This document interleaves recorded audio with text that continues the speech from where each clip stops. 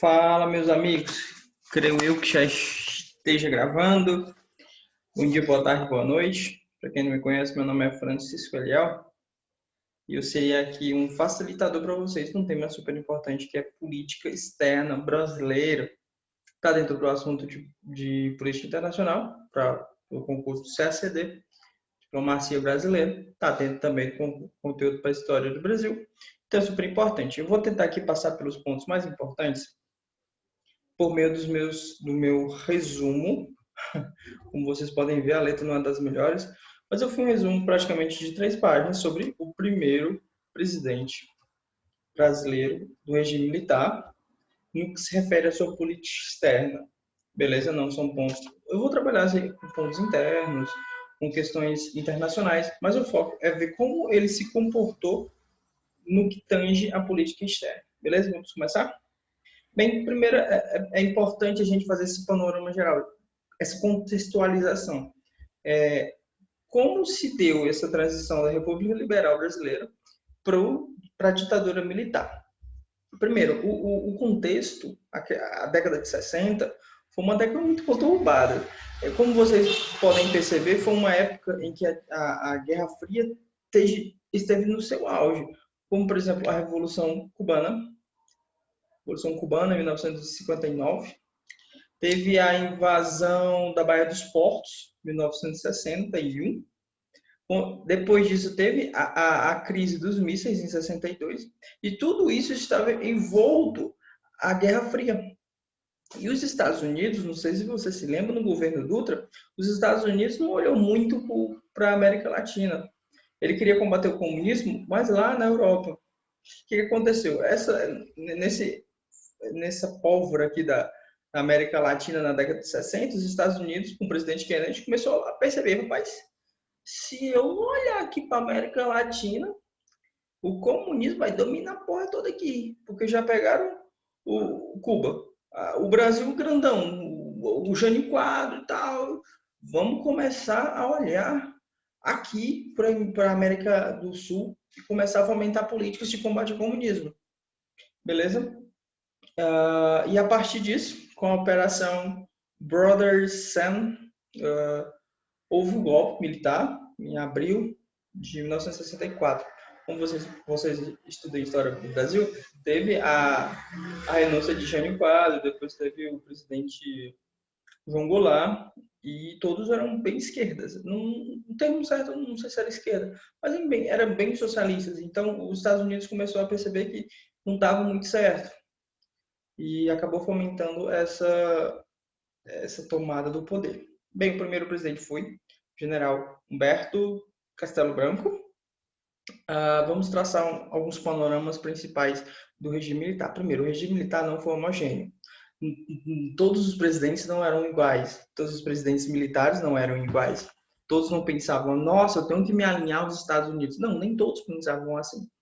Por exemplo, o primeiro, Castelo Branco, foi muito alinhado ideologicamente aos Estados Unidos, aquele princípio americanista ideológico aos nossos vizinhos americanos. No entanto, outros como Geisel não foi tanto. Então, é importante você ter essas duas coisas. O regime militar não foi homogêneo. Castelo Branco era do grupo da facção Sarboni, enquanto, por exemplo, Costa e Silva era a linha dura, desenvolvimentista, intervenção na economia, a pegada do esqueci, porra, eu tô falando dele, velho. O Castelo Branco, a pegada dele era uma pegada mais de segurança. Desenvolvimento para ele era meio que secundário, beleza? O que ele primava era o combate ao comunismo. E o alinhamento 100%. Não existia um alinhamento 100%. Nem sempre foi assim no regime militar, beleza? Não vai pensando assim, o regime militar, o Brasil foi 100% alinhado aos Estados Unidos sempre. Não, não foi. Alguns presidentes não mantiveram esse alinhamento. Beleza, agora vamos fazer alguns ponderamentos bem rápidos acerca do governo de Castelo Branco. Primeiro, o que ele idealizou? Vamos fazer uma correção de rumos. O Brasil está fora dos rumos pregados pelo nosso chanceler, o Barão do Rio Branco. O Barão do Rio Branco dizia que devíamos pregar o americanismo. Já os presidentes que sucederam o governo do Brasil começavam a sair desse rumo. Então, Castelo Branco ele propunha que devíamos corrigir os rumos, e era isso que ele iria fazer, beleza? Outra coisa que foi pregada no governo do Castelo Branco também foi os círculos concêntricos. Já vou explicar para vocês bem direitinho como é ele, é até uma questão de prova que eu até vou propor para vocês no final da aula aqui. Mas o que eram esses círculos concêntricos? Primeiro, o Brasil tinha que fomentar,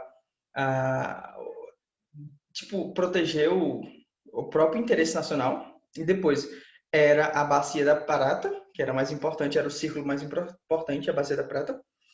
Depois dos dois era o continente americano e por fim era o hemisfério ocidente e ainda tinha o mundo inteiro. Então, tipo, ele priorizava alguns centros: nacional, Bacia do Prata, continente americano, hemisfério ocidental e o resto do mundo.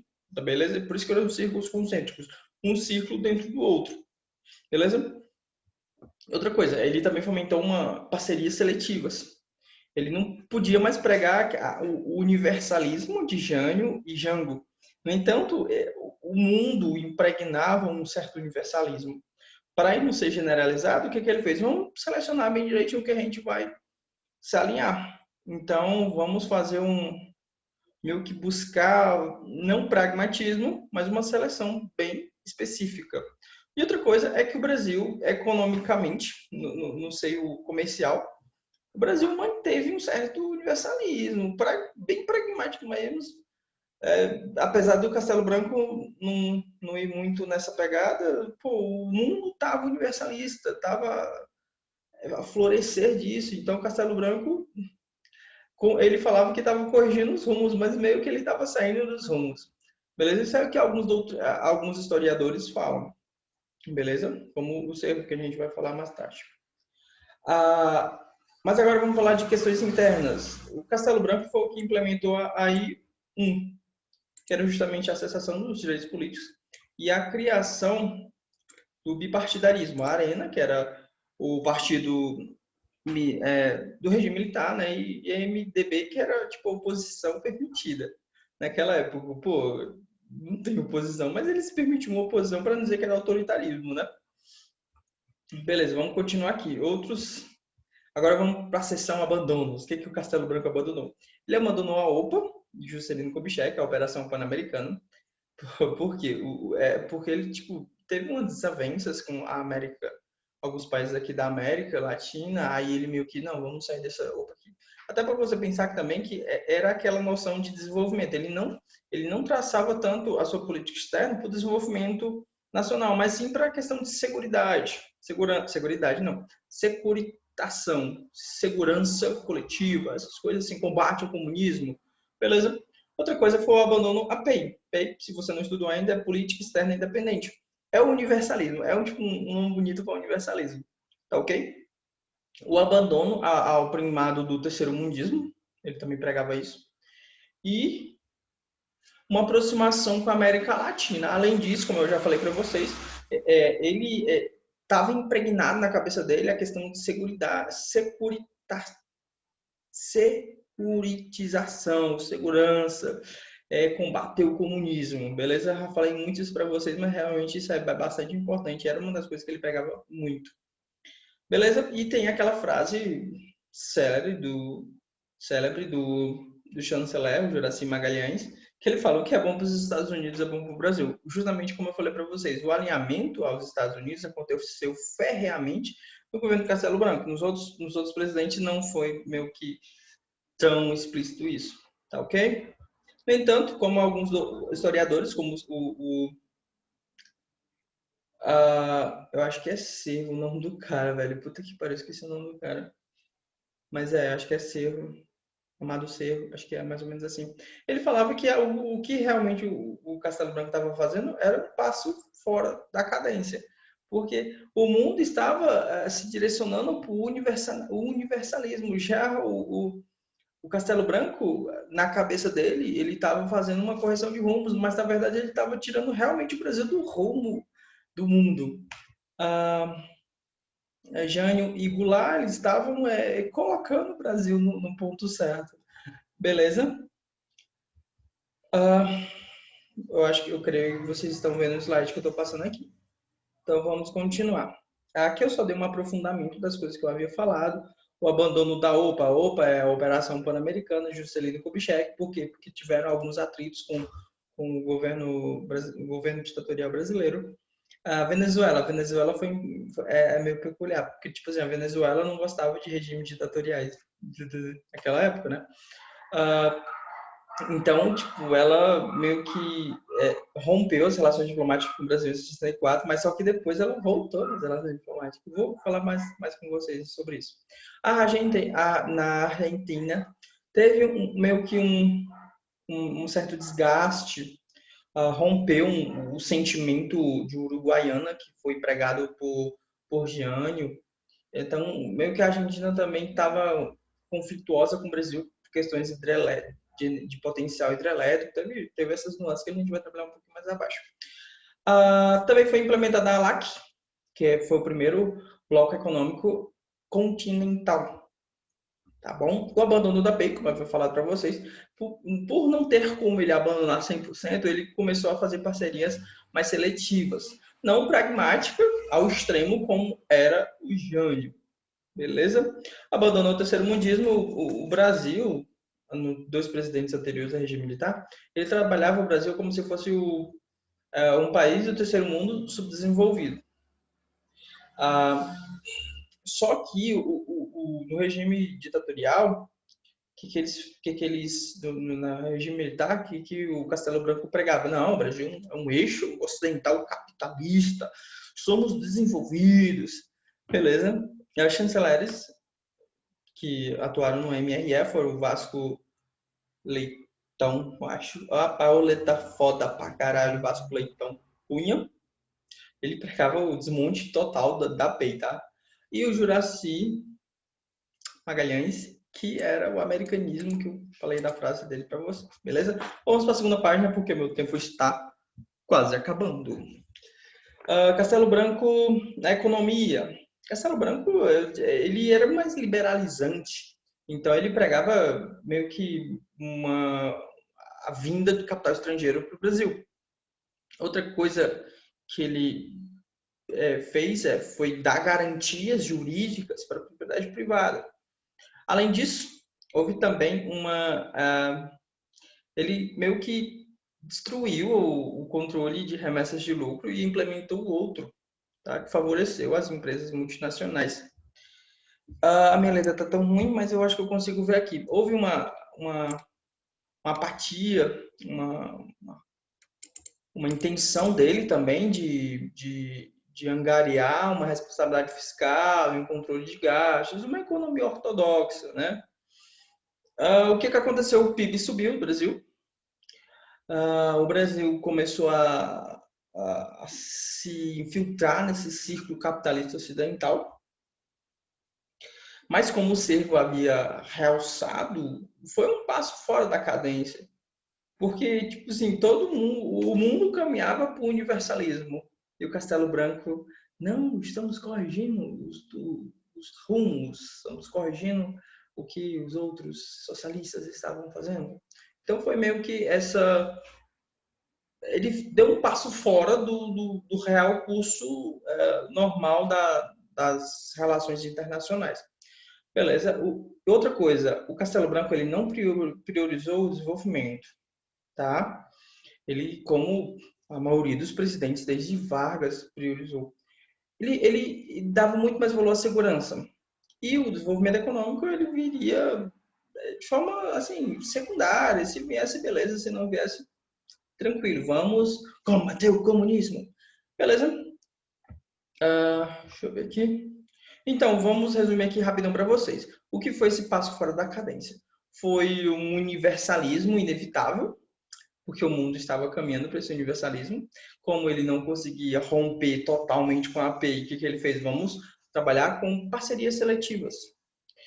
Houve o desmantelamento da API, como eu havia encadeado aqui para vocês. O entorno da América Latina estava muito desconfiado, havia uma desconfiança muito grande. E fomentou-se uma priorização da segurança. E o Brasil voltou com força total ao americanismo ideológico. Tá bom? Alguns princípios orientantes dessas posturas de Castelo Branco. Castelo Branco era da facção Sabone, das Forças Armadas. Ele veio da Escola Superior de Guerra, que tinha meio que uma inclinação muito grande para National War Colégio Americano. Não vou ligar pro meu inglês, não sei porra nenhuma de inglês. Mas é um colégio de guerra americano, da nação americana. E ele tinha esse viés ocidentalista, tanto, vamos englobar, cristão, de alimentos dos Estados Unidos e capitalista. Tinha essa postura de interdependência dos países em relação aos Estados Unidos, eles tinham que depender dos Estados Unidos, e a segurança coletiva. E a partir dessa segurança coletiva, inaugurou-se uma teoria chamada Teoria dos Círculos Concêntricos, eu já citei anteriormente para vocês, do general Golbery, Couto e Silva, beleza? O meu tempo está quase se esgotando, mas eu acho que eu consigo explicar bem para vocês esse tópico aqui. A teoria dos círculos concêntricos afirmava basicamente que o Brasil tinha que priorizar alguns círculos internacionais. Primeiro era o interesse nacional, né? Depois era a Bacia do Prata. Após isso era o continente americano, depois o hemisfério ocidental e por fim o mundo inteiro. Beleza? Agora vamos destrinchar cada um deles. A Bacia do Prata. Por que a Bacia do Prata era importante? Eu não vou falar do interesse nacional, gente, porque, poxa, é interesse nacional, né? Tudo que fomentar a nossa política, tudo que desenvolver o nosso país. Primeiro vem o nacional, depois a gente vai focar na Bacia do Prata. A Bacia do Prata, por exemplo, em 65, houve... Porra, mas que letra filha da puta do caralho, velho. Eu não sei o que letra é essa, gente. Pronto, foi a ponte. Desculpa os palavrões, gente. Estou diminuindo isso. Mas houve a ponte da amizade entre Brasil e Paraguai, apesar de haver alguns conflitos, em 65. Em 66 houve a ata de Cataratas, que meio que implementava um pensamento de geração energética aproveitada posteriormente pela usina Itaipu. Em 66 houve várias visitas de Juraci do chanceler brasileiro, né? Ele viajou para mais de 7 capitais do continente sul-americano. E houve o fim do princípio do espírito de Araguaiana e começou a se acirrar uma rivalidade argentina, beleza?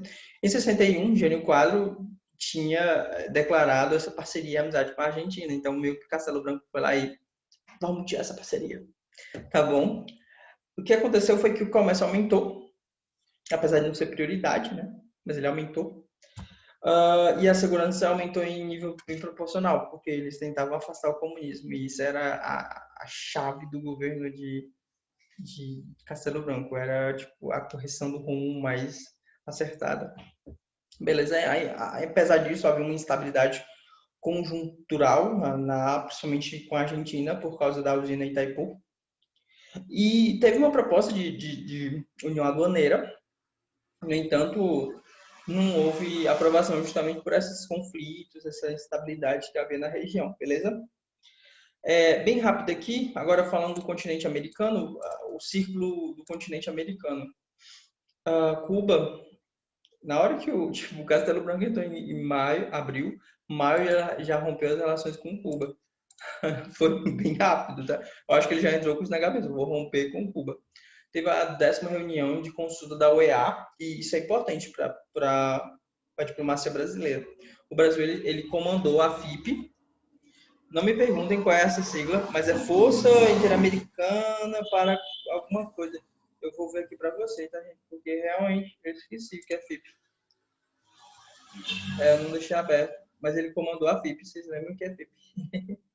Você depois pesquisem o que é FIP. Deixa eu ver aqui, meu Deus. Desapareceu. Ele comandou a FIP. Teve mais de 1.100 soldados. tá? Combatentes para combater o comunismo lá na República Dominicana. Sobre a Venezuela, em 1964 rompeu com o Brasil. A Venezuela não gostava de ditadura. Graças a Deus. Em 66 houve o reatamento das relações diplomáticas. Tá? Também é importante vocês verem que tiveram duas instituições bem importantes nesse continente americano, que é o OEA e a ALAC. Beleza? Vamos avançar. Continente americano. Teve uma grande entrada de capital estrangeiro, meio que tipo, o BNDES americano injetou mais de 650 milhões de dólares aqui no país de investimento externo. O Brasil elaborou uma lei de remessas de lucro, justamente para o quê? Para fomentar o capital externo. Falei tão carioca. Também houve um acordo de cooperação de uso civil de energia nuclear, 65. Eu até não coloquei aqui no esqueminha, mas é bem importante essa temática nuclear. 66, se não estiver enganado. 67, houve negociações sobre o acordo de... Esse nome eu não, vocês não vão falar. Teocobato, alguma coisa assim. Aconteceu no México, gente. Sempre... Cletobado, alguma coisa, tratado. Deixa eu ver aqui. Tlatecoco, acho que é alguma coisa assim. Tlatelolco, acho que é assim o tratado. É um tratado que falava sobre desarmamento nuclear aqui na América Latina e no Caribe, tá, gente? É importante vocês pesquisarem sobre ele. Ele entrou em vigor em 68. E ia ao encontro a essa política do Castelo Branco de realmente desarmamento e tal. E ele não era a favor desse congelamento do poder. Porra, que isso? Congelamento do poder? Vocês vão congelar o poder e ninguém tem o poder, não vai poder ter o poder. Que isso? Mal todo mundo reduzir. Era mais ou menos assim a política dele. E relacionado ao Ocidente, gente, havia essa ideologia ocidental, mas no comércio, o Itamaraty ele tinha esse pragmatismo comercial, tá bom? Justamente para ampliar o mercado consumidor e a partir disso ele teve uma aproximação com a África muito grande. E para vocês verem como é as coisas, o Roberto Campos, que eu acho que era o ministro de planejamento da Fazenda, visitou a União Soviética, a Rússia, visitou a União Soviética e criou a Comissão Mista Brasil-União Soviética para justamente aumentar o intercâmbio comercial, para vocês verem. Delegações brasileiras também estiveram em pauta no GATT. O Brasil até negou um acordo têxtil com o GATT, justamente porque havia esse pragmatismo comercial e ele não suportava esse desnível de países países desenvolvidos e países não desenvolvidos. Ele achava que tinha que haver um certo protecionismo, justamente para não foder com os países subdesenvolvidos, né? E ele fomentava bastante essa segurança coletiva. E ele falava, nossa, se a economia melhorar, a segurança coletiva também vai melhorar. Beleza. O Brasil começou a participar muito da ONU, esse foro multilateral. Eu já falei do desarmamento para vocês, em 64, o Brasil criticou o congelamento do poder. Meu Deus, que letra desgraçada, gente. Mas basicamente era isso. Finalmente, nas eleições, o Castelo Branco ele era a favor de ter eleições, mas só que, tipo, como eu falei para vocês, a ditadura militar não era uma coisa homogênea, então meio que a linha dura tomou o poder dele.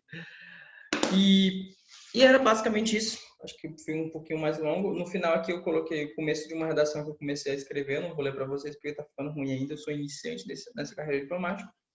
Entretanto, eu quero deixar esse desafio para vocês. Como eu dei alguns subsídios e o material, apesar de não estar tão bom, foi um resuminho que eu fiz, um resuminho com os meus conhecimentos, apesar de ser bem pouquinho. Meus conhecimentos, tem muita coisa aqui. Eu falei muitas coisas para vocês. Eu esqueci de TNP, tá? 68. Importante ter TNP. Mas, assim, vocês têm que pegar esses pontos que eu falei, estudá-los. Não sei se deu para anotar o que eu falei alguma coisa, mas eu vou tentar deixar o link disponível desse mapa mental aqui no vídeo. Vocês peguem esse link, peguem os assuntos e dêem uma estudada aprofundada em tudo. Eu acho que com esse assunto já dá para fazer uma redaçãozinha, dissertação de 90 linhas. Entretanto, vocês que escolham. Beleza, se você gostou, curte aqui, aqueles youtubers. Mas a intenção é ajudar, pessoal. A intenção é ajudar. Eu estou me ajudando, eu estou repassando conhecimento. Eu estou estudando para passar. Eu tive que fazer isso daqui, começar a redação para passar conhecimento para vocês entenderem. Eu estou me ajudando. Se ajude também vendo esse vídeo. Se gostou, compartilha. E até mais, pessoal. Valeu.